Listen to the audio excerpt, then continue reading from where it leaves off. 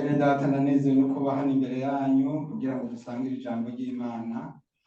Ijambo ry'uno munsi ryambereye ijambo nicaye ku mwanya munini, ariko mu nyuma mbona nkuko risobanutse neza. Ni bande turi kumwe?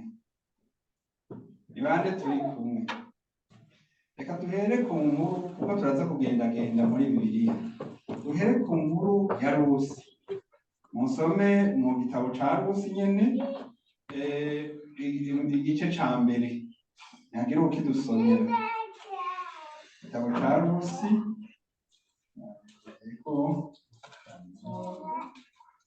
igice ca mbere. Mu minsi y'abacamanza ikigoyi cateye mu gihugu. Sinzi ko arabahabonye. Kubandanya n'igice cose. Mu izina rya Yesu. Rusi igice ca mbere, niko amajambo aravuga ngo Elimeleki na Nawomi basurukira i Mowabu. Mu minsi y'abacamanza ikigoyi cateye mu gihugu, nuko umugabo w'i Betelehemu w'i Buyuda asurukira mu gihugu c'i Mowabu, bo n'umugore wiwe n'abahungu biwe bose. Uwo mugabo yitwa Elimeleki, umugore witwa Nawomi. Abahungu biwe bombi, umwe yitwa Mahaloni uwundi yitwa Kiriyoni, bari abanyefurata b'i Betelehemu h'i Buyuda. Bashika mu gihugu c'i Mowabu babayo. Elimeleki umugabo wa Nawomi arapfa, asigarana n'abahungu biwe bombi babira abanyamowabukazi, umwe yitwa Orpa uwundi yitwa Rusi. Bamarayo imyaka nk'icumi. Maze Mahaloni na Kiriyoni bombi barapfa. Uwo mugore abura abana biwe bombi n'umugabo wiwe. Ku murongo wa gatandatu, bukeye hasi n'abakazana biwe kugira ngo ave mu gihugu c'i Mowabu basubire iwabo, kuko yari yumvise ari mu gihugu c'i Mowabu yuko Uhoraho yagendeye abantu biwe akabaha ibyo kurya. Ava aho hantu yari ari, bo n'abakazana biwe bombi bajana inzira isubira mu gihugu c'i Buyuda. Nawomi abwira abakazana biwe bombi ati, nimugende musubire mu mazu ya ba nyoko. Uhoraho abagirire neza nk'uko mwagiriye neza abahisi bo nanje. Uhoraho abahe mwembi gusubira kubaka ingo, mugire abagabo. Arabagumbirira, baraturikisha, bararira, baramwishyura batoyaye, ariko turasubira nayo nawe mu ihanga ryanyu. Nawomi arabishyura ati, bakobwa banje, nimwisubirire inyuma. Ni iki gitumye mugomba kujana nanje? Hari abandi bana ngifise mu nda ngo baze babe abagabo banyu? Nimwisubirire inyuma, bakobwa banje, mwigire, kuko ndenze gucurwa. Iyo mba mvuzeho nti iyi ni ibyizigiro, ndeke naho noronka umugabo iri joro nyene nkazobyara abahungu. Mbega ibyo vyotuma mubarindira gushitsa aho bazokurira? Ibyo vyotuma mureka kurondera abagabo?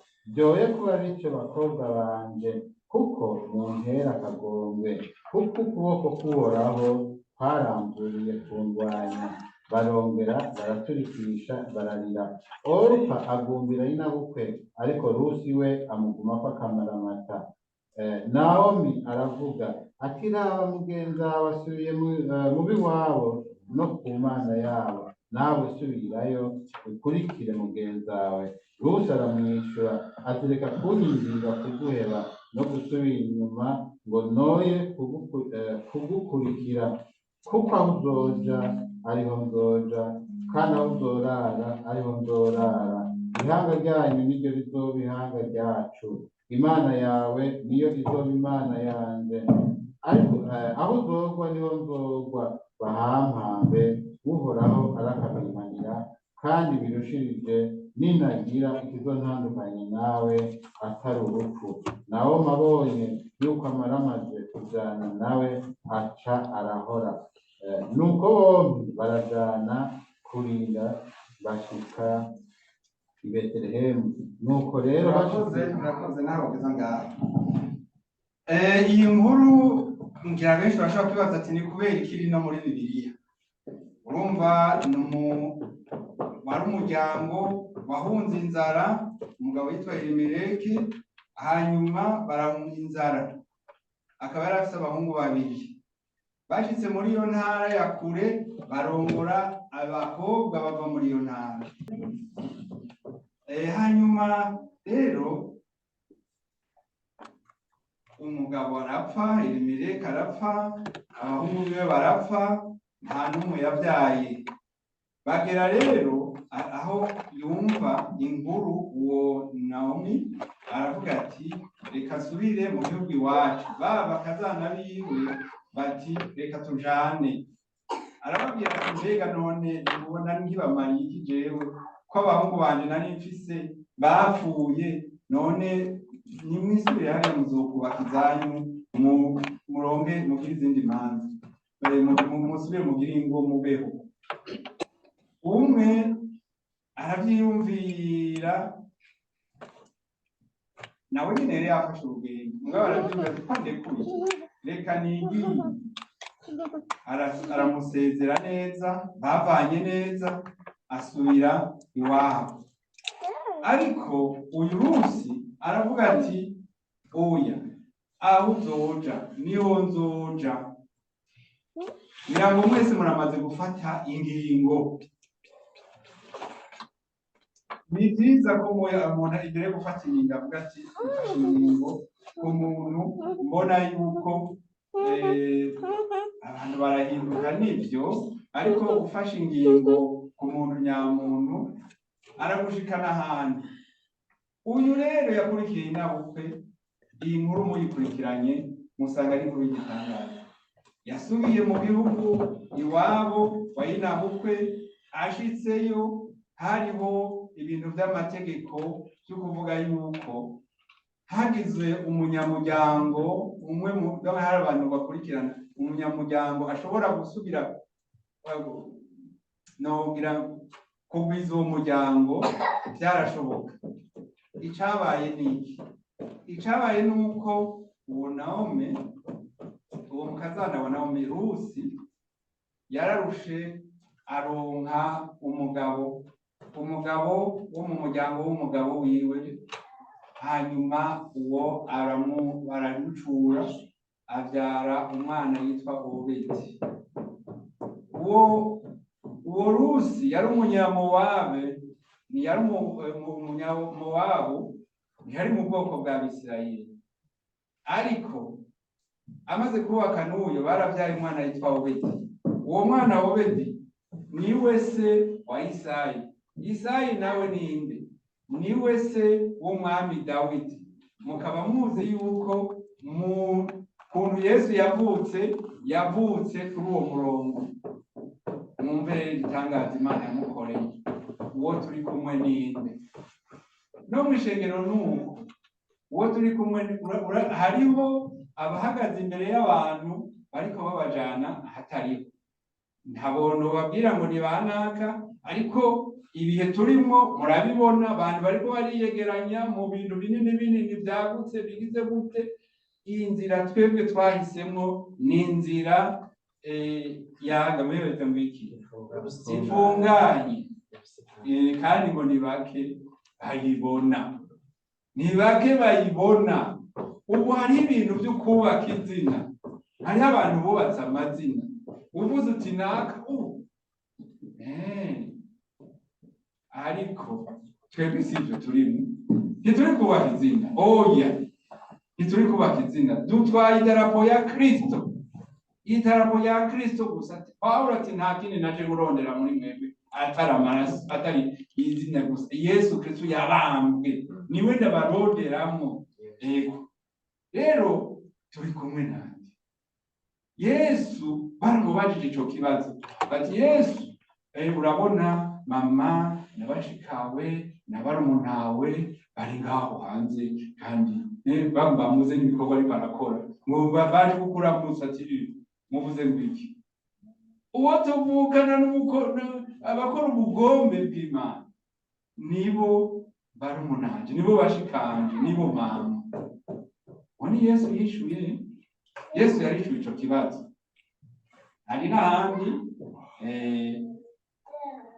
Yesu yarabivuze yarahamagaye abantu ati nimuze mwese abarushe n'abaremerewe ndabaruhure abo nibo bari kumwe na Yesu abarushe n'abaremerewe bemeye kumurondera nibo bari kumwe na Yesu abandi ntibari kumwe na Yesu Yesu yarishuye ico kibazo Yesu yaranakibajije ico kibazo araraba intumwa arazibwira ati ega namwe mugomba kugenda kuko hari benshi gabashitse kwa Yesu nk'uko nyine hari abazoshika bakanabatizwa kandi bakabwira ivumure bashitse kwa Yesu ariko barasubira inyuma Yesu yababaza ikibazo ati mbega mwebwe mugomba kugenda na mwebwe muribuka ngena Petero yishuye ninde yibuka ibyo Petero yishuye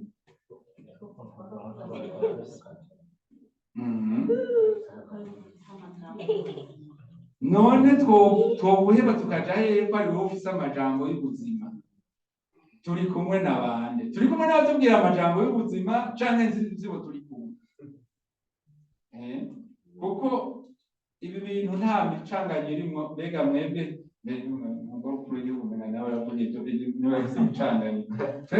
nta micanganye biteza kumvikana neza hari aho abantu usanga bashizemo amajambo atangwe kugutera ibibazo muri kuravyumva bisiguze utabisiguriwe bireke turi kumwe n'abandi nuko uyubuye umubwiye uti tamira akakantu ashobora kutacumva ati gutamira niki baca bamurondera irindi jambo yumva nigeze kumviriza umuntu yatanga ubutumwa akaza arasigura ngo muri iriya mico ngo bisigura ibi bisigura ibi ugasanga rero biriko biratakaza abandi yego muri kumwe n'abandi Yesu yaravuze ngo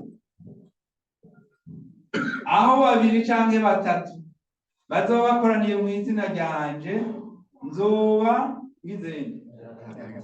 ndi hagati yabo turi kumwe rero ari ngaho turi kumwe ari ngaho hari ibintu Yesu yanga ariko reka tubandanye Yesu yaravuze ngo yatumye intumwa ati nimugende mutange mwigisha ijambo ry'Imana 28:20 agira uhadusomera ariko itanga amahoro yesama arutayo nahiti onenge ndahabona monize kwizera waratoye hano 28:20 igitabo ca Matayo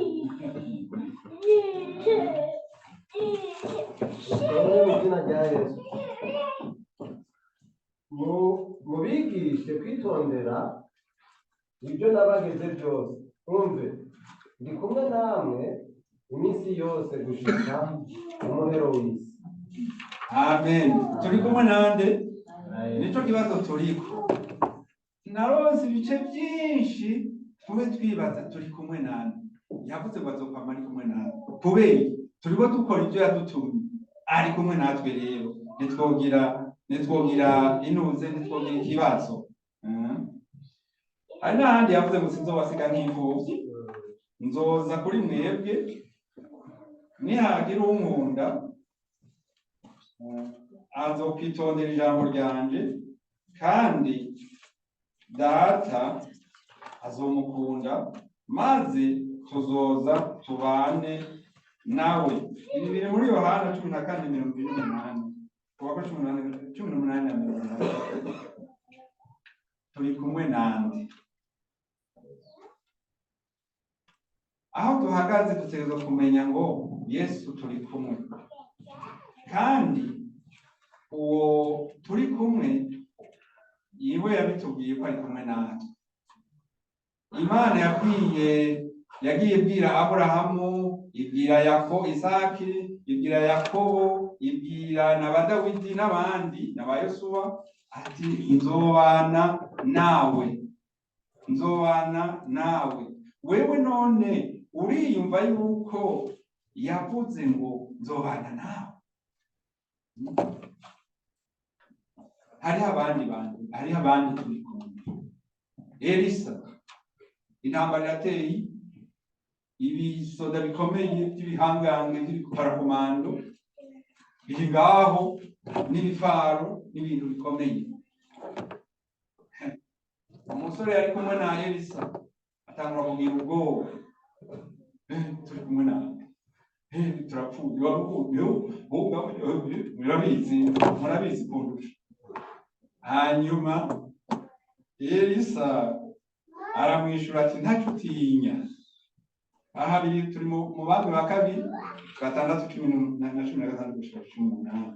Elisa aramwishura ati ntacyo utinya, kuko aho turi kumwe na benshi,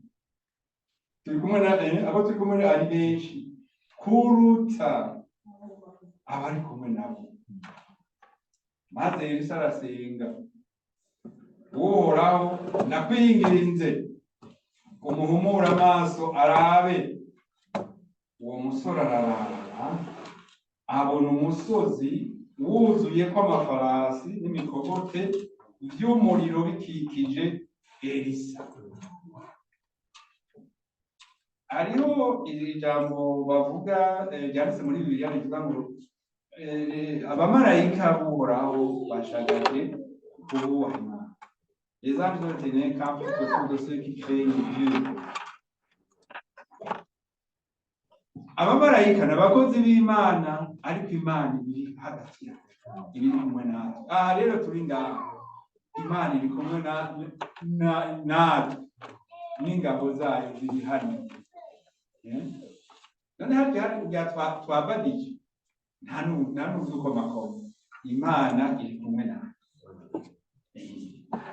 Twari kuri kibazo cyo turi kumwe nande. Muribuka inkuru ya Moridekayi na Esiteri. Moridekayi na Esiteri barumvise ko ubwoko bwabo bugiye guhonwa, hanyuma baribaza bati none biza kugenda bite? Bamenye uwo bari kumwe. Imana yabo yarabatabaye. Imana yarabatabaye. Turi kumwe nawe.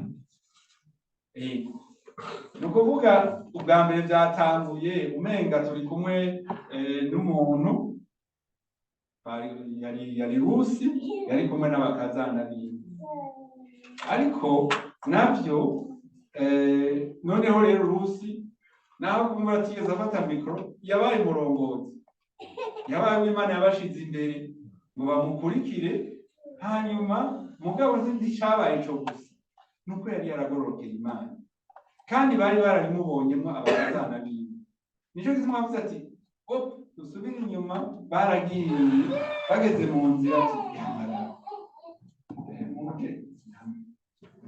naho nurara ndose umugabo no munsi nkabyara abahungu, ntimuzobarindira ngo muze mubake. Ubundi ati umwana avuga ati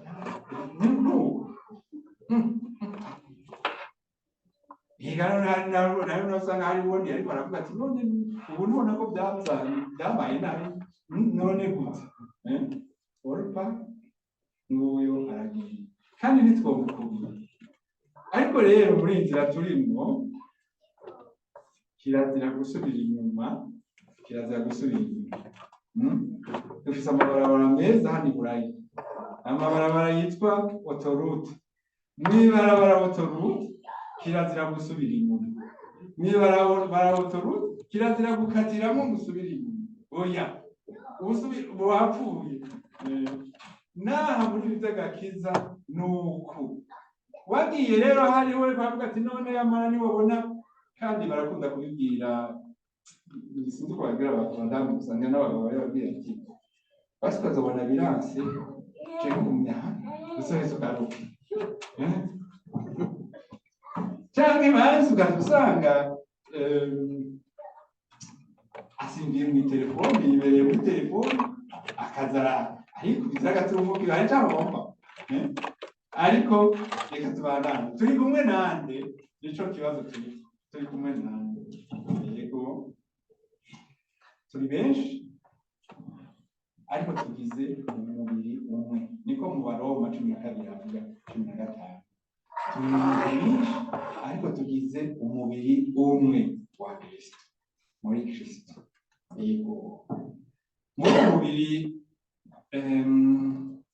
umwe wese n'urugingo muriyumva ko muri urugingo rero ikintu dukeneye kumenya no kumenya none ko urugingo jewe nashinzwe kugenda ndukuru nkagenda jewe nashinzwe kuririmba ndaririmba ariko mbenye cyangwa nashinzwe gusenga yego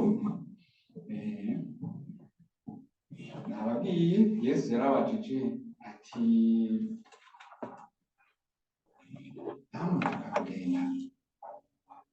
nani mushaka kugenda icyo gihe rero Yesu yabaze icyo kibazo yari azi ko harimo uwitwa Yuda Iskariyoti ubu rero yari umugwanyi nawe yabwiye ngo ntiyabajije ngo mbega igomba kubajana n'iki oya rero jewe ubutumwa nabazaniye ni uko kubasaba ngo muramirize nihari nta kizodutandukanya n'urukundo Imana idufitiye muri Kristo. Ariyo majambo naronse y'uno munsi kugira ngo abamenyeshe ni uwo turi kumwe ninde